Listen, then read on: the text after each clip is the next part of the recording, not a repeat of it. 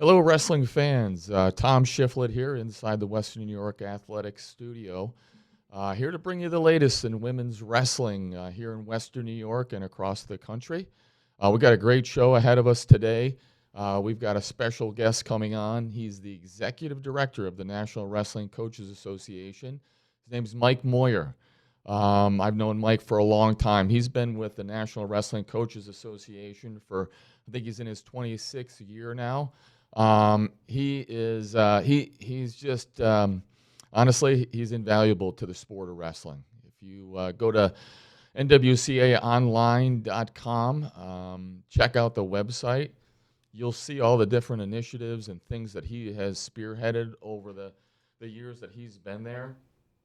He's on the front lines of supporting wrestling and establishing new things within our sport to help us thrive. He's been doing that, as I mentioned, for a long, long time. And please, I mean, let me give you a few stats on Mike. He's grown the membership from 1,700 to over 10,000. He's established over 350 men's and women's wrestling programs since 2000. He's started the Leadership Academy there within an NWCA. He's got a coaching development program. But like I said, if you go to the website, just check out the different categories and the things that they've spearheaded and that they're growing. The Wrestlers in Business Network, which I mentioned on the last show, they're involved in the national duels. They're involved obviously in coaching development and a lot of other different things. So we're going to have Mike on here. I'm going to ask him a lot about women's wrestling, the future of women's wrestling. Obviously they just announced a couple weeks ago that there's going to be a championship. It's the 91st sport to have for women's wrestling championships. And so we're looking forward to that next season. We'll talk a little bit about that. They've also have an agreement now with Paycom, which is sponsoring the national duels, which the NWCA has hosted for the longest time. And there is prize money. I think it's like $1 million. So a lot of really great things that this organization's done. I wanted to bring him on because as we grow as a sport here in New York in women's wrestling, it's just great to have him on with his experience to just talk about some of the things we should be doing to grow the sport and to help us out. So before we get into that, let me make a couple announcements. One announcement is Train Grounded Wrestling, our postseason. I just want you to put this on your calendar.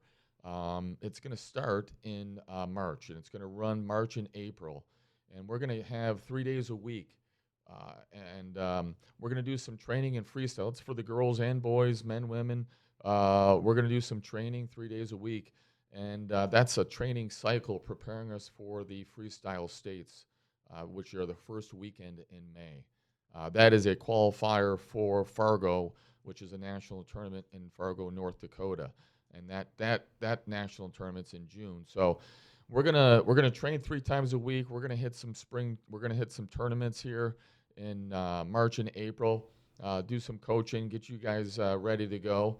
So take a look at that information and let me know if you have any questions. The other part of that, if you look on the flyer. I'm excited about this. We're going to run a training camp, a New York freestyle training camp at All In Sports, and that's going to be at the end of June, June 25th through the 28th. Not only are we going to run the training camp, but we're going to have Team Canada here, their junior team. They're gonna be here with us for part of the training camp, but also we're going to have a New York versus Canada junior dual meet. In girls freestyle.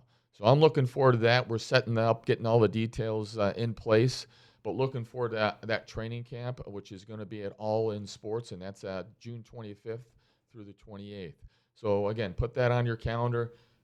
Take a look at the information on this training cycle that we're going to be doing for March and April to prepare for the freestyle states, the New York freestyle states. And the other announcements I wanted to make, one that I always make every week that we're on the show, is the Section 6 Girls Championship at Sweet Home High School, which is going to be February 14th. You can get your tickets right now. The other part of that I wanted to mention is that they are selling, pre-ordering on merchandise, meaning T-shirts, sweatshirts, long sleeve T-shirts for the inaugural tournament. You can go to gofans.com. There's a QR code. You can get that information and get a nice T-shirt. They're only going to do a pre-sale, so if you get to the tournament, I think you can pick up your clothing there, but they're not going to sell anything at Sweet Home High School at the championship on February 14th. Looking forward. That's going to be 3 mats. It's a 16-girl bracket. We're going to have the 16 best girls in Western New York competing for a shot at the New York State to move on to the New York State Championships in Albany, New York. So that's an exciting time. We're approaching the postseason, and it's a new season, so we're getting excited about that. Let's move on to some of our results over the last couple weeks. Last night, actually, a couple results where we had Chautauqua Lake was a 41-26 winner over Alexander. That was last night. Lockport was a 40-13 winner over Clarence. I do want to mention that this weekend we've got the Section 6 Girls Dual Meet Championship at Dunkirk High School. Number 1 seed at that. And there are going to be 2 pools. There's Pool A, Pool B. Pool A, the number 1 seed in the tournament. Pool B, the number 1 seed was Chautauqua Lake. I believe that was followed by Fredonia as the number 2 seed. Niagara Wheatfield came in as the number 3 seed.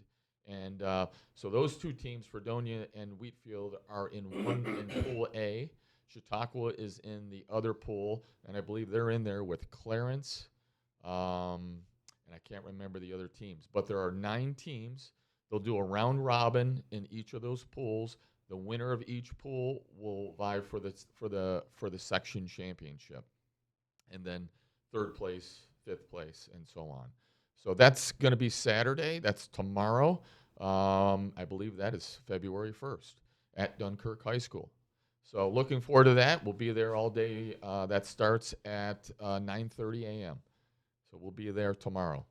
A couple of other results I want to bring from tournaments. One was Lockport, which we had. Let me just get to that page. Lockport was they ran a great tournament. They had 26 teams on a Friday night. I think we started at about 5 o'clock, somewhere around there.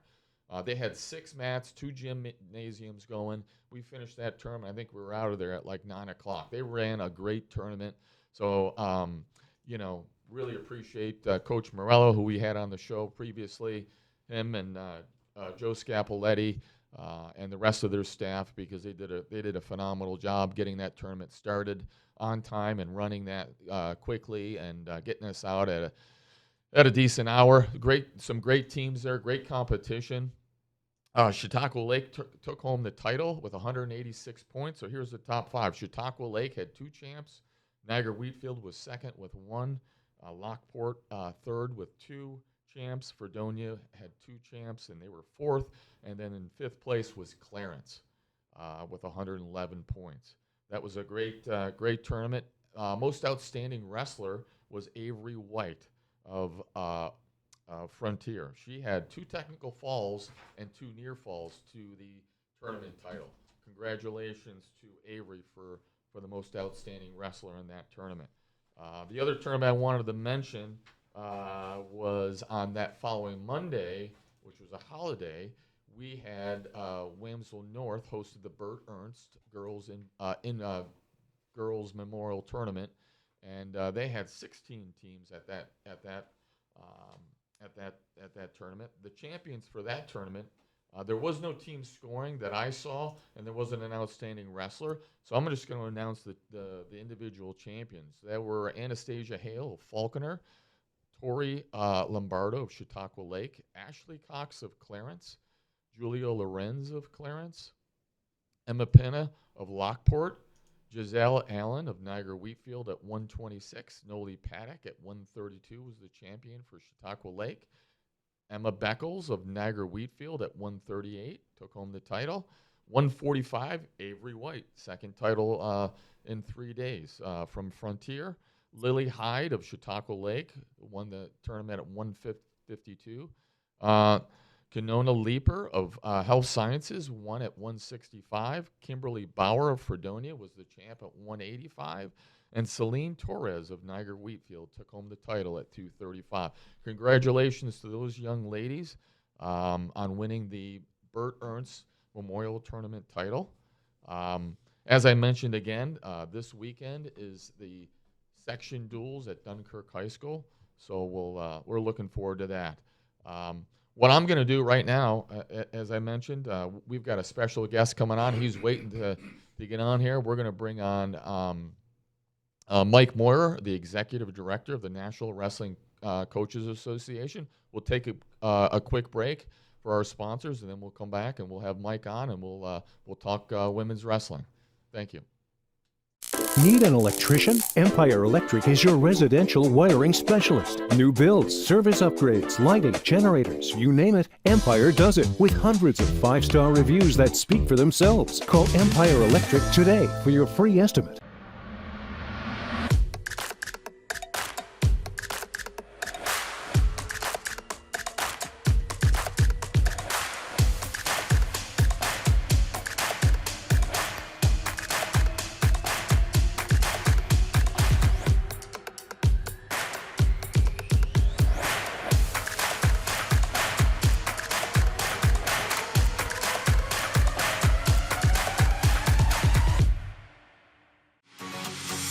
Education has power. Binghamton University students discover it, apply it, unleash it. Unleash your education today. Okay. We're on right now? All right. Well, welcome back to Western New York Athletics.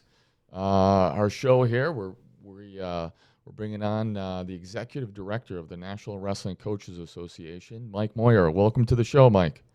Tom, thanks for having me. All right. So I know we previously, I think it was over the summer, or maybe it was August, September. We extended an invitation to get you on here, and then I know some things came up. I don't know if it was the Olympics. I can't remember, but to be quite honest with you, this is probably a better time to get you on here for a lot of reasons. In October, New York State approved girls wrestling here as an official sport in high school, and they put a little twist on it too. We made it freestyle, which I was, going through the season now, I'm pretty excited about. It's actually great. I really enjoy watching freestyle wrestling. And I'm excited to help grow women's wrestling here in New York. So that's great. And then obviously, just recently, the NCAA has voted and approved the Women's Wrestling Championship. And if I don't say this correctly, let me know, as the 91st championship. Is that what? That's correct. Yes. Yeah. So we've had some great exciting news recently. I did mention you in the first segment. I kind of talked a little bit about you and how you've been with the National Wrestling Coaches Association for, I don't know, we're working on 26 years now, and you've spearheaded so much. And obviously yesterday I went through the website. I could not believe all the resources and all the things that your organization does for wrestling. I mean, it's pretty impressive, the number of programs that the organization has started since 2000, the memberships, the leadership development academy, the coaching development that you have in place, just so many beneficial things for our sport. So I want to give you a couple minutes just to talk about the National Wrestling Coaches Association, because I want people to go to the website. It's just really, really impressive to me, because you really have your hands in everything. There's a podcast. There's the national duels. You're giving out national awards. You hold a conference down in Florida. If there's a program that's, may get cut, you're the first one on the phone to try to figure out, how do we solve this? How do we keep the program? So I just want I want to raise awareness to the National Wrestling Coaches Association. For those people who don't know, because really, this organization is the backbone of our wrestling here in the United States. So thank you, Mike. And here's please take a few minutes and talk about the organization. Well, thank you, Tom, for those kind words. And yeah, so our organization is the oldest wrestling only organization in the wrestling ecosystem. We're celebrating our 98th anniversary. We were primarily volunteer driven up until about 1995, when one of the great mentors in my life, Coach Bob Bubb, retired from the being head wrestling coach at Clarion University. And he and Coach Lorenzo were like co-executive directors. Coach Lorenzo was the secretary, and they positioned our organization to have full-time staff. And many people out there probably know between 1972 and 1999, we lost over 550 college wrestling teams. And in that, we lost an entire generation, maybe generations of future teachers and coaches, because historically, that's where the teachers and coaches came from. You went to college, you got a teaching degree, you wrestled, graduated, and went out there. So the NWCA's primary mission is we're all about developing transformational coaches that provide an awesome wrestling experience in the spirit of preparing young people for success in life. And we operate exclusively in the education space. We're the only organization in wrestling that only works in the education space. So middle school, high school, and college wrestling programs is where we live. And one of the things that really differentiates wrestling from all the other sports that I'm aware of out there is we actually take it one step further. We're not just in the business to prepare young people for success in life. We actually have an intentional strategy to connect them with some incredible internship and career opportunities. When you hear the word educationally based athletics, I don't know any other way to be more true to that mission than to actually take this next step. And through an operating division, we have Wrestlers and Business Network. We actually have an incredible program. Our value proposition is that any wrestler that steps on a mat, we want to help them get to college. We want to help them get to a trade. We want to help them get to the military. We want to help them get a job.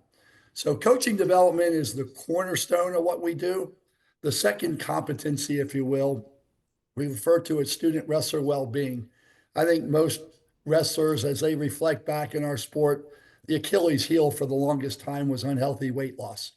And, not to bring up a sore spot, but back in 1997, we had those 3 wrestlers were tragically killed. Yep. And our organization worked with sports science experts from around the country and developed this comprehensive wrestling weight certification program that now serves over 300,000 high school boys and girls and 14,000 college men and women. And the whole purpose of it is to, in a very scientific way, help athletes maximize their performance through the use of the latest and greatest techniques in hydration and body composition. What's awesome about this transformational exercise is we've gone from being viewed as a very unhealthy, unsafe sport to now we can honorably say, in many ways, we're the ultimate physical fitness sport. And we have the body composition assessment on over 300,000 athletes to prove it. Yeah. And in a world where childhood obesity is what it is today, what a great place for wrestling to be. And I just want to give a shout out to all the coaches and athletic trainers and everybody that are committed to making sure we continue to improve in this particular area. We do other things in the student wrestler well-being area, such as academic performance. Wrestling has, by NCAA research, we have the second largest percentage of first-generation college-bound students. So we spend a lot of time coaching our coaches on how to support those students academically, make sure they stay in school, graduate, that sort of thing.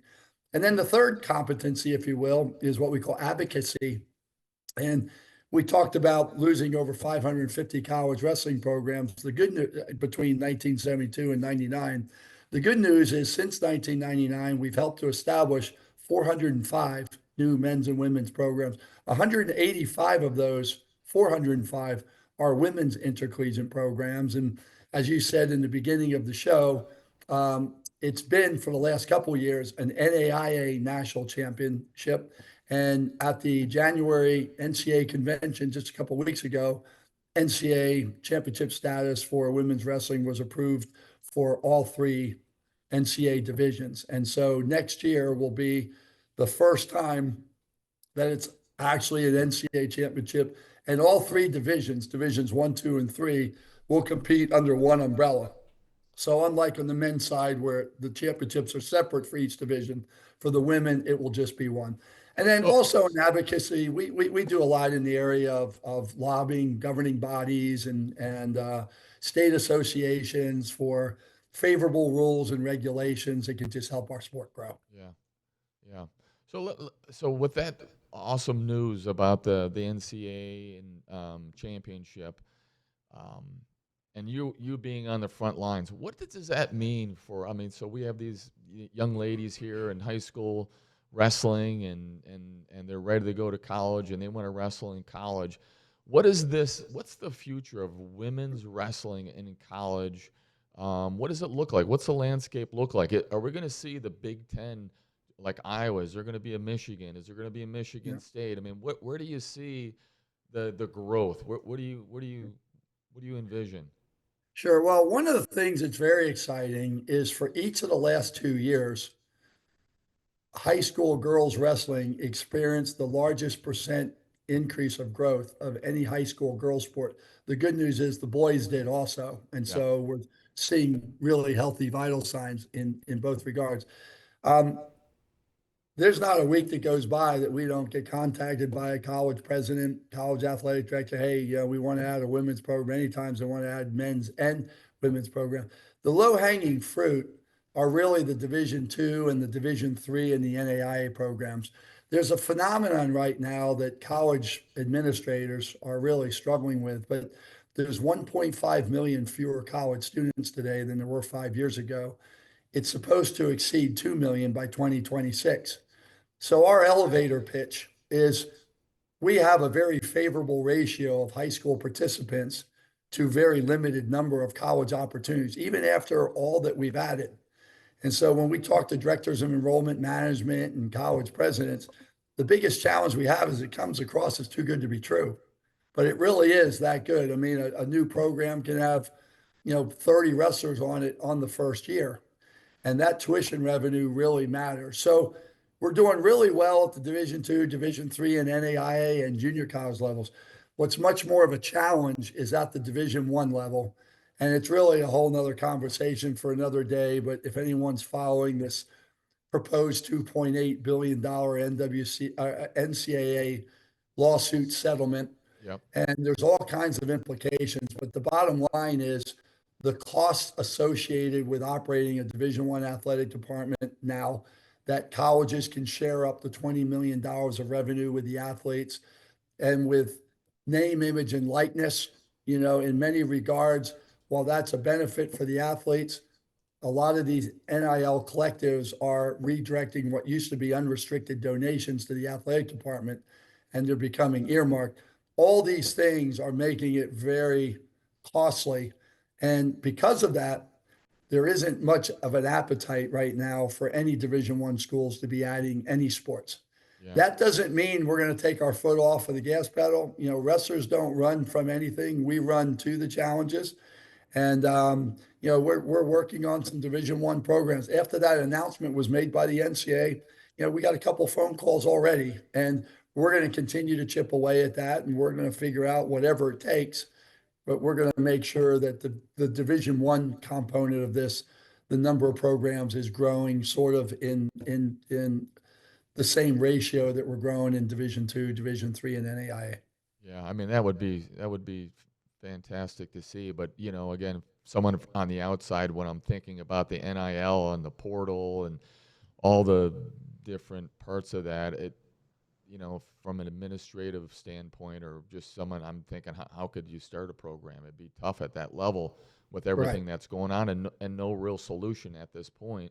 There's just too many things up in the air, it seems like, because it changes all the time.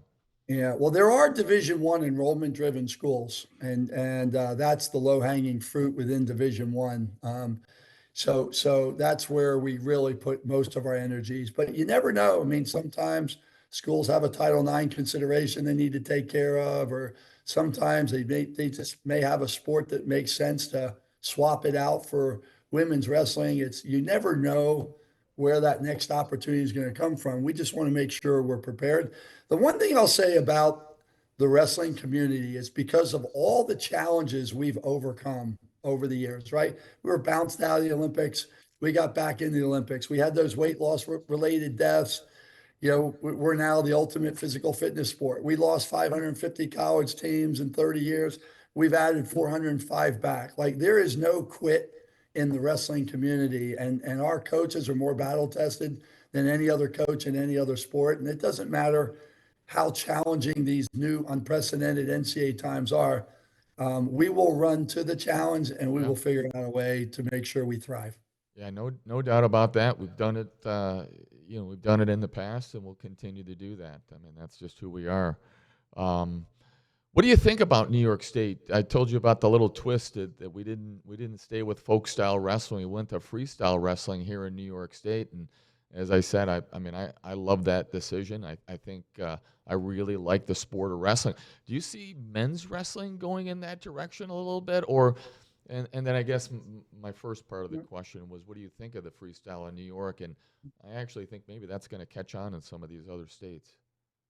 I think girls and women's wrestling those kinds of decisions should be decided by girls and women wrestlers. Yeah, Personally, and this goes back to our educational mission, I'm in favor of whatever is going to help it grow the fastest. Like we absolutely want to do everything we can to support our Olympic movement.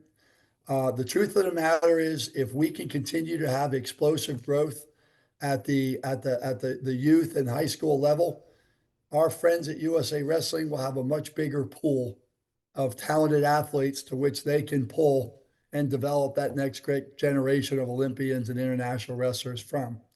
So I think whatever the states are doing, I just like the idea of using data-driven decisions, that we closely monitor the data and we just make sure what we're doing is enabling us to thrive. And if that's the case, we should keep doing it. My favorite saying is, if at first you succeed, do it again and again and again. And if you don't succeed at first, you do something else.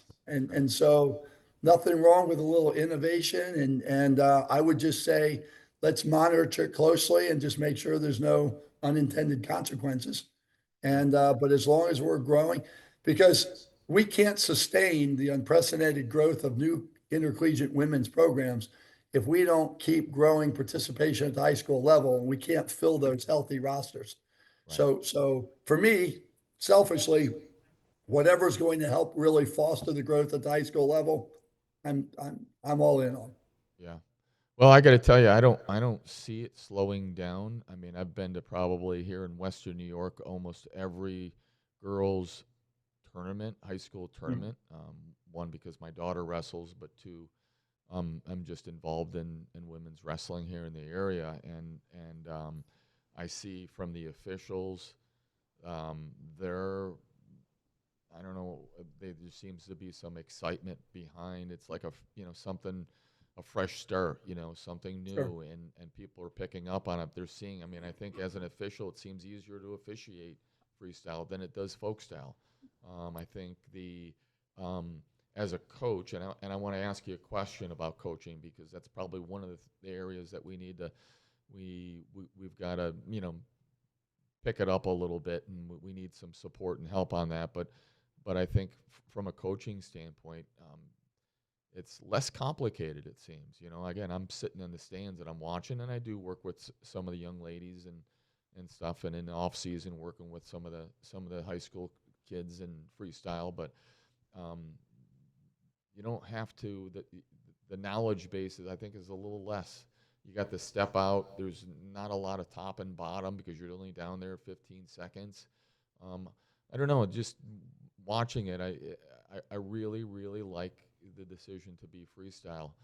But with that being said, here's my question, and maybe this is a question for the new coach development director, our very own Jim Beekner.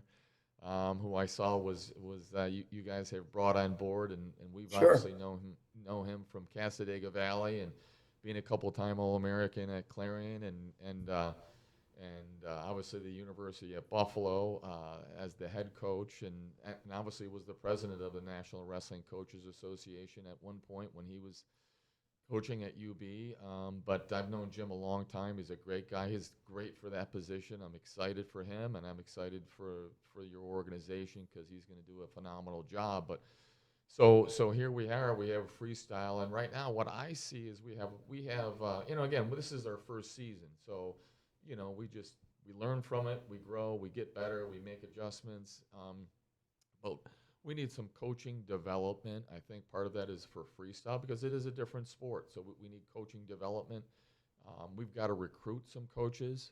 So because right now I think we're having the boys coaches that are doing, a double duty. They're trying to handle the boys program, run a boys practice and folk style. Then you have the girls who have a freestyle, are wrestling freestyle, and it makes it a little bit difficult. So I'm trying to come up with different solutions and different ways where we can grow and kind of stay, with the participation numbers, which are going up rapidly. I mean, this Right. year we had over 30 programs here just in Western New York, and over 250 girls come out for wrestling. And I really don't see that. I think we're going to be over 300 at least next year, and we get up close to 40 programs here in Western New York. But we got to have the coaching, obviously, behind it and the development of the coaching, understanding. Again, I go back to your website, I see the information on there about running a practice, just little things that make a difference and retention. When you get a student athlete out for your program, how do we keep that student athlete? How do we keep them engaged? And where, how do we help them grow? There's so many things, but we've got to get them in the door. We got to get them certified, and we got to get them ready to coach. Yeah, no, one of the greatest challenges we have is there's a shortage of high school coaches in most sports, wrestling included. But what exacerbates the problem for us is the explosive growth of girls wrestling. 99% of the girls coaches across the country are also the boys coaches. So now the boys coach has two 80-hour-a-week jobs instead of one. And many times in that model, and I've seen that model work, just fine, but many times one, if not both teams, ends up getting shortchanged because it's just too much. Yeah. It's just too much, and my fears we're accelerating our already depleted boys coaching pool to an early retirement. So we host these CEO leadership academies, and our goal is to do one per state per year. We don't charge anything. We're not going to let cost be a barrier. But we structure them as such where we get a commitment from 12 to 15 veteran coaches who are willing to serve as our mentors. We ask them to invite a minimum of 5, the more the merrier, novice coaches to attend as our guest. And we bring a facilitator in, and for 4 hours, we talk about all of the non-technical, tactical aspects of being a successful high school boys or girls coach. And we really don't get into the technical, tactical, but we get into everything else. How do you recruit? How do you retain? We talk about the whole weight management program. We talk about all those things. And it's really been a very, very effective program. What we need is just commitments from our veteran coaches around the country to help us with this, because the veteran coaches are much more in tune in their leagues what coaches would benefit the most from this. It's hard for us when we're in a different state, halfway across the country, to really know. But this model's worked well, and Jim Beekner, he'll be spearheading this. We would love to do. New York just tells us where and when. We'll be there, and a state as big as New York, we should do multiple ones. Yeah. And Well, I'd love to and definitely get together with you on something yeah, here for Western New York, and I just see it, and I wanna have the high schools, the public schools, continue to add a girls right. program, but they're not going to do it unless they have someone to lead those young women. And That's I'm right. thinking, do we have to wait till there's a generation of young ladies that go to college and wrestle, they get their education, and then they come back home, they get a teaching position, Yeah. and then they coach? Because at that point, we're standing still. I Right. think we've got to get ahead of this right now, and find, because there's some good coaches out there. There's really good Yep. coaches out there, and I think, that's why I brought up that freestyle. I really think it's a little easier, um, to catch on and really understand the basics, because Mm. it's a very basic, again, hand fighting stance, get to the zone, get her to step out, get a point, um, and a lot of fundamentals and a couple nice little freestyle moves, and you got yourself a nice program and some girls that are growing. So, Yep. but that coaching is, I think, really key, and I definitely want to try to figure something out and work with you guys on that. So, um, again, thank you for that.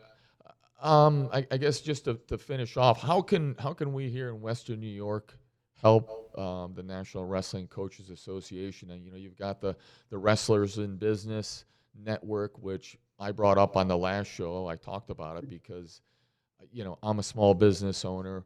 I see the value in it, but I kind of feel like people don't know about it, Mike. And then we just talked about the coaching development, which I'll get the word out about that more. But how can we help? What do we need to do to Sure. kind of get help the organization in wrestling?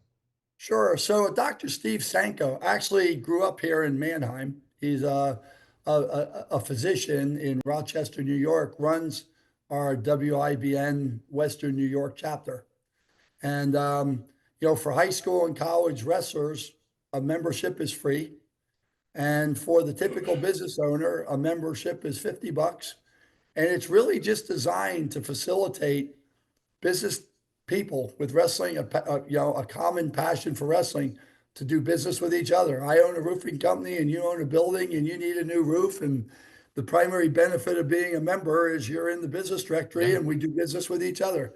yeah, What's amazing is who we have in our Wrestlers in Business Network. I mean, like I spend a good part of my day helping high level business leaders who have that wrestling roots solve very complex problems, um, and by leveraging our wrestling network. The other arm of Wrestlers in Business Network is the career advancement. Any high school or college wrestler can go to wrestlersinbusiness.org and fill out a profile. And we have a growing list of partners, that are in, one partner is our colleges and universities that have wrestling programs, but we have the trades, boilermakers and carpenters, and we have apprentice schools out there. We have the military, our friends at the Marine Corps. We have regular jobs, Old Dominion Freight Lines and U.S. Steel. And these companies want what wrestling has, which are wrestlers that perform at a very high level under very adverse conditions. And some of these opportunities are really incredible. And we really need our coaches prioritizing getting their wrestlers to complete a profile resume in that career center so our partners can fish in that pond, so to speak, when they're looking for talent. right. This, those of us that are in sales know that to be successful in sales, and when I talk about myself in sales, every day I'm trying to convince educators why wrestling is different from other sports. So one of my favorite quotes is by Loretta Lynn. I'm a big country fan, but she says to be successful in life, you have to be first, best, or different. This wrestlers in business concept makes us all three. We're the first sport to really do it. It makes us the best because we're the only one doing it, and it makes us different. So we need, if we're going to improve the way we recruit and retain students in our sport, our coaches need to have an expanded value proposition. If all we're selling is winning, we're just going to resonate with 1% of the wrestlers that are out there that win all the time. And my theory is wrestling can be a tough sport for parents to watch their son or daughter because it's combative and it's contact, and you watch your son or daughter get pinned in 30 seconds week after week. I think sometimes parents are relieved when their son or daughter quits. Yeah, But if mom and dad understand whether or not their son or daughter ever wrestles a varsity match, ever has a 500 record, they should want them to stay part of this because of what's waiting at the end of this. And in the true educationally based model, this is something that will serve our sport really, really, really well.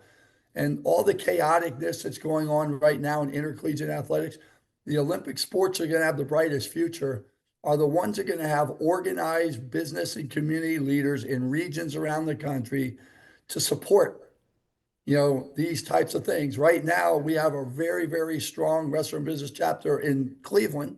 And of course, Cleveland State University's announced the elimination of wrestling and women's softball and women's golf. And because we're so organized in there, we're going to throw everything at the kitchen sink. And it's always a tall order to save a program once but the odds go way up when you have a really strong chapter. And so, to the extent you can help Dr. Sanko really bolster that Western New York chapter and make that strong, it'll help us get more college programs started. It'll help at every level in the wrestling ecosystem in Western New York. Right. I mean, everything you just said is so true, and so we'll definitely continue to talk about the Wrestlers in Business Network, the Western New York chapter that's there, and I highly recommend, like I mentioned before, is anybody who's listening to this show, please go to the NWCA and just really take a look at the resources that they have on that website to help you as a student athlete, to help you as a parent, as a coach. I mean, there's so many things there to help you, with wrestling or just in life. So do that. Mike's obviously done, you've done an unbelievable job for a long time for our sport. I can't even tell you. I mean, it's really, we appreciate it, and Thank you. it's pretty impressive. So thank Tom, you. there was one thing, if I could add real quickly. Yeah. We are launching probably next week a brand new members only portal. So every high school coach in New York uses the optimal performance calculator for the weight management program. And as part of our value proposition, every head coach gets a complimentary membership to the National Wrestling Coaches Association. And I'd like to ask everybody to look for a link that's going to come out from the NWCA, which is going to gain every coach access to this new portal. And there's like a technique library in there with over 1,000 different techniques. There's convention presentations, there's sports psychology, there's injury prevention, there's coaching resource manuals, there's everything imaginable. And it's completely free to the coaches in New York. When coaches go in there, if there's something that's not in there that would be really helpful, let us know. Like, we're here to serve coaches. And so if there's resources in there that would help the coaches that are in the trenches every day, let us know. And we have access to content experts in really any area of expertise. We just want to make this a place where coaches can go one place and get whatever they need. Great. Awesome. Thank you, Mike. I appreciate that. You know what? I was going to ask you one thing. I saw that the National Duels is now going to be sponsored by Paycom, and wow, there's some prize money involved in that. That's something that, I mean, I love it. Well, anytime an S&P 500 company invests $1 million into wrestling, it's a really, really good day. And again, it goes back to Olympic sports on college campuses. You got to be relevant. And it's big events like this that make us first, best, and different from the other Olympic sports. And this will be, hopefully a nationally televised event. And think about what the college football playoff is in football. And, right. Our sport just needs more of these big moments. And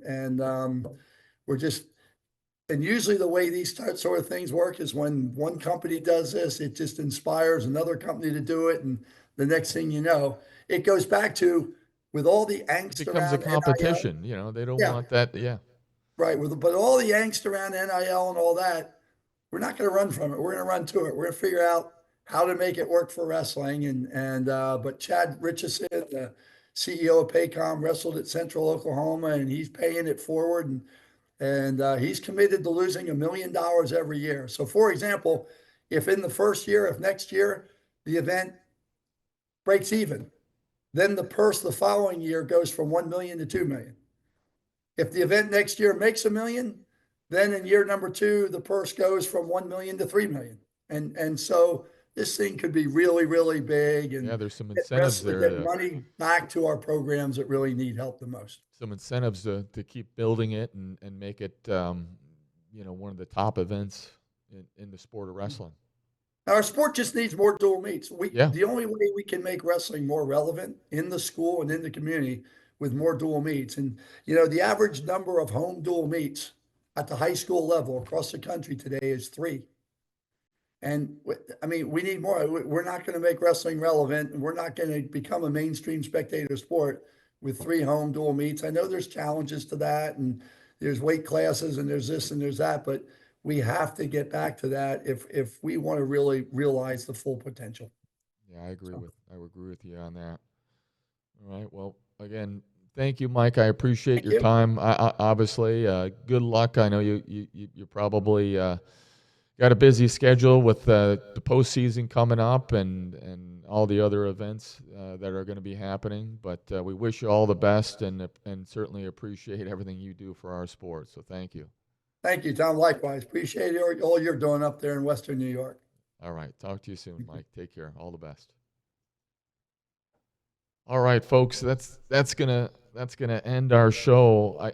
I did want to have one remark about. I just mentioned it actually to Mike was about the postseason, and I think this is important for all the coaches out there.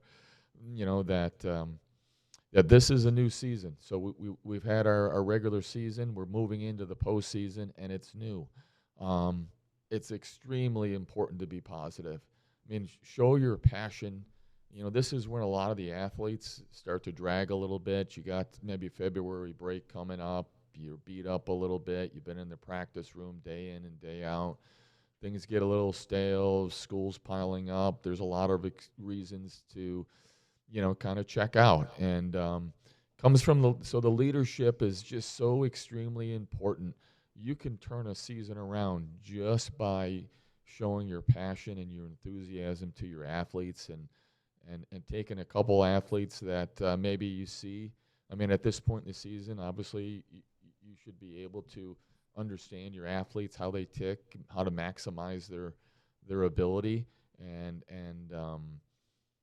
just help them. So be positive, be energetic, be passionate. Talk to them about the postseason. Get them excited about it. Let them know that what happened in the past really means nothing right now. It's just get in the room, continue to get better, fix some of the mistakes, and move forward. And I'm telling you, you can have a whole entirely new season, and it could be so positive. If it all starts with just, like I said, being passionate and letting them see how important and how driven you are as an individual. So that would be my comment here at the end of this show today, because it was the last couple weeks. I kind of see it. This happens every season. And I want to make a point to just bring it up to the coaches that, as the leader, they're looking at you and they're following you. And when you step into that room, it's just another great day. And it's just move forward and let's be excited about what's ahead of us. So enjoy the weekend. We've got our dual championships at Dunkirk. Wish everybody the best, and we'll see you next show.